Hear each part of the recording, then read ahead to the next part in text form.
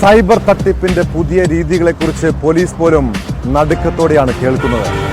മലപ്പുറത്ത് സിം കാർഡുകൾ എടുക്കാൻ വരുന്ന ആളുകളുടെ പേരിൽ അവരറിയാതെ സിം കാർഡുകൾ ആക്ടിവേറ്റ് ആക്കിയിരുന്നയാൾ സൈബർ പോലീസിന്റെ പിടിയിലായി.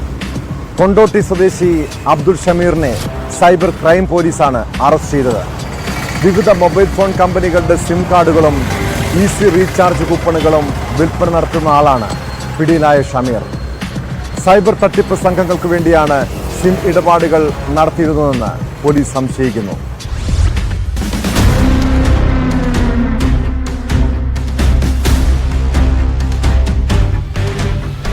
മലപ്പുറം ജില്ലയിൽ 2023 നവംബർ മാസത്തിൽ BSNL സിം കാർഡുകൾ ഒന്നിച്ച് ആക്റ്റീവായി എന്നും പിന്നീട് ഇവ ഒന്നിച്ച് ഡീആക്ടിവേറ്റായി മറ്റു കമ്പനികളിലേക്ക് പോർട്ടായി എന്നുമുള്ള രഹസ്യവിവരം പോലീസിന് ലഭിച്ചിരുന്നു.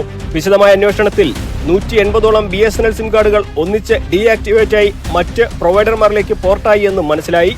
ഈ സിം കാർഡ് ഉടമകളുടെ വിലാസം പരിശോധിച്ച് അന്വേഷണം നടത്തിയപ്പോൾ ഇവർ BSNL സിം കാർഡുകൾ എടുത്തിട്ടില്ലെന്നും എന്നാൽ ആ മാസങ്ങളിൽ മറ്റു കമ്പനികളുടെ സിം കാർഡുകൾ എടുത്തിരുന്നുവെന്നും വിവരം ലഭിച്ചു. ഒരേ ദിവസം തന്നെ വിവിധ പ്രൊവൈഡർമാരുടെ സിം കാർഡുകൾ ഒരാളുടെ പേരിൽ തന്നെ ആക്റ്റീവ് ആയതായും കണ്ടെത്തി. ഈ അന്വേഷണമാണ് പ്രതിയിലേക്ക് എത്തിയത്. ഏതെങ്കിലും കസ്റ്റമർ സിം കാർഡ് എടുക്കുന്നതിന് വേണ്ടി സമീപിക്കുമ്പോൾ അവർ അറിയാതെ BSNL ബയോമെട്രിക്കൽ വിരലടയാളമോ ഫോട്ടോയിൽ കണ്ണിന്റെ പ്രിന്റോ 2 or 3 പ്രാവശ്യം എടുത്ത് മറ്റ് സിം കാർഡുകൾ എടുക്കുന്നതാണ് ഇയാളുടെ രീതി.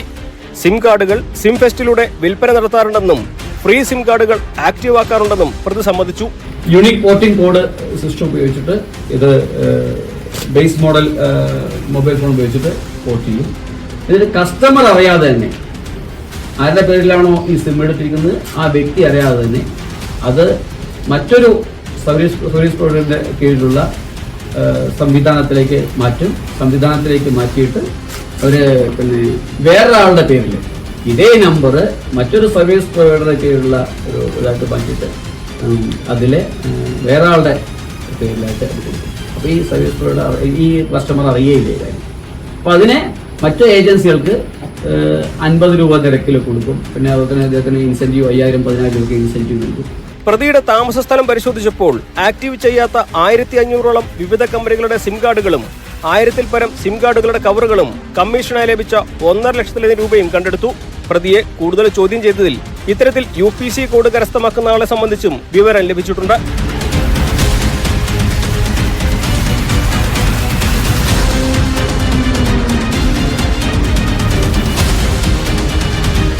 ന്യൂസ് 18 മലപ്പുറം.